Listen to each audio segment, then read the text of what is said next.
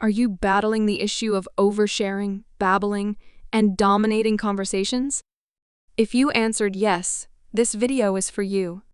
Today, I will share 8 ways to avoid the high taxation of tongue diarrhea.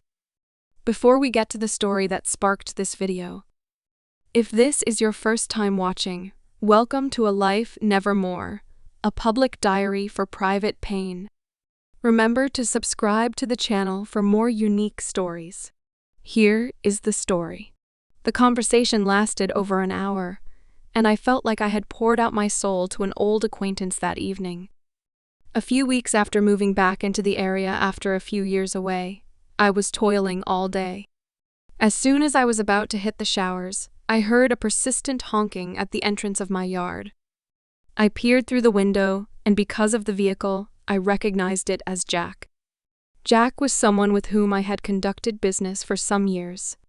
I moved away, and I haven't spoken with him since. Excitedly, Jack began exiting the driver's seat to enter my yard, and that's when I shouted, "I will be there in a minute!" I quickly released the curtain, rushed into the room to find a bra, and sprayed myself with perfume. I'm not too fond of unexpected, unannounced visits. Admittedly, finding a bra among the rubble took me a while and more time than expected to get the darn thing onto my sweaty, dirty skin.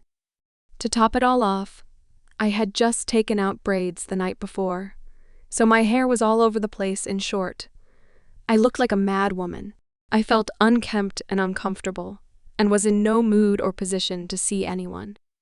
In hindsight, I should have just said so. It would have sounded something like this. "Hey, Jack, I can't see you today. Come back on Thursday at 2 p.m. When I opened the front door, Jack came barging in, and perhaps to overcompensate, I began blabbering.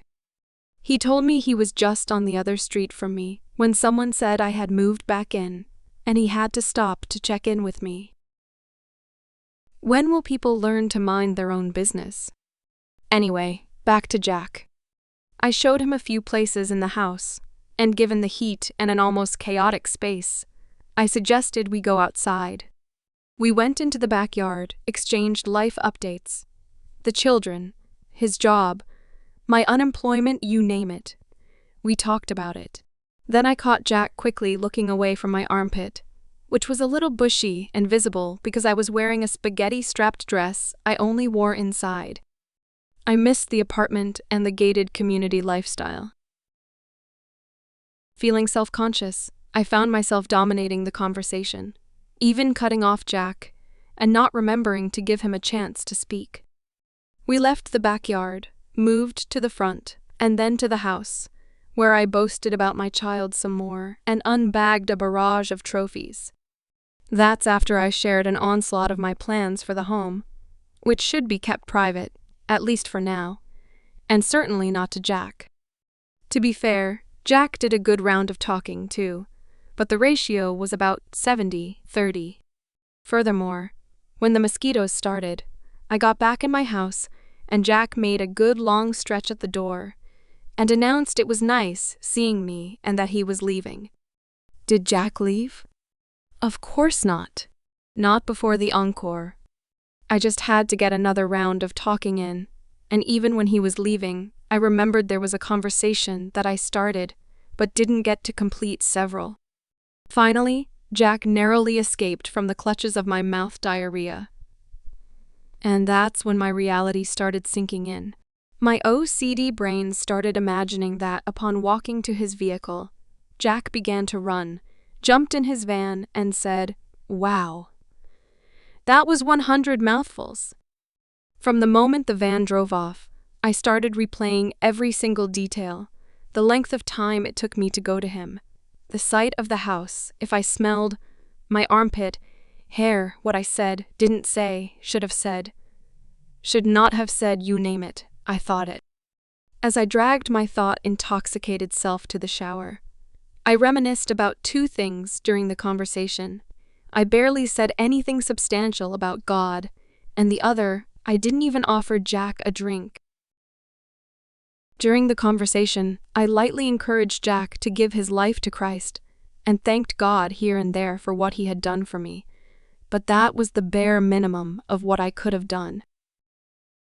I stole God's spotlight, and I didn't like it. Thankfully, about a week later, Jack dropped off something for me, and I could give him a drink. But I still felt terrible about the opportunity I missed to talk about the Lord. In light of my situation, here are 8 suggestions to avoid the tongue diarrhea high taxation you will have to pay if you find yourself in a similar pickle. Number 1, put a policy in place. If people show up to your house unannounced, you can decide to be unavailable. You don't have to lie. You can simply say, "It's good to see you, but I am unavailable now." Number 2, set a timeline to end unexpected visits. If you decide to see the person, decide beforehand or immediately if the person is a 10, 20, or 30-minute person and stick to the timeline you set. You can also preempt the wrap-up signal and give the signal when approaching the end of the timeline. Number 3, balance the conversation.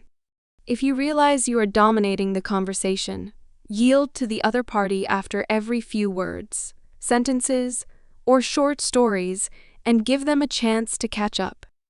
Similarly, if a subject dominates the conversation, switch it up.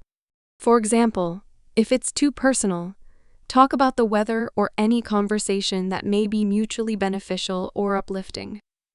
Number 4, communicate. Let your friend or family member know you would prefer if they called next time.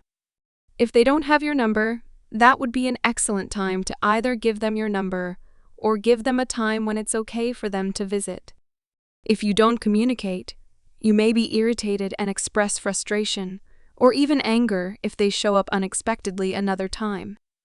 Number 5, boasting and blabbering are bandages for ego. Instead of covering your proverbial wound, take the time to clean and fix it. People can smell decay, no matter what you say. Be careful with this one because it may feel good, but after the conversation, you will wish you didn't say 90% of what you did. Number 6, remember that people are spirits and spirits draw and release energy.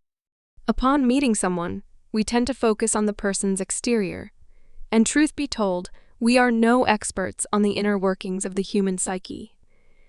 At least not by looking with the naked eye, while another person's soul may be oblivious to us. We should remember that each person we encounter is a spiritual being clothed in a human body. If your spirits aren't aligned, you can be thrown off balance, including divulging more than you should, etc. More on this in subsequent blog posts. Number 7, let God be the center of your conversations. If something is good about you, God allows you to achieve it, so let Him get the glory. If all is well with you, God will enable people to recognize His goodness towards you if it is His will. In the same way, you wouldn't tell someone you are wise. It's the same way you don't have to tell them you are well-to-do.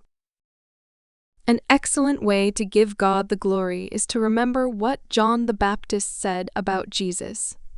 I must decrease, and He must increase. Number 8, leave the conversation before it's over. If you find yourself being the recipient of the other party's always telling you bye or later in a phone or in-person conversation, you may need to start practicing leaving conversations prematurely. No, I am not suggesting that you be rude, but many of us who find ourselves always being told bye never end a conversation until we feel like we run out of things to say. That's after searching our minds to fill the space, regurgitating our discussions, and trying our best to come up with something else to discuss. Remember, you don't have to say everything. Practice making 2 or 3 points in a conversation and call it a day. Thank you for watching. Please share this video with those battling to control their mouths. Also, visit the website and submit your private pain stories. Bye for now.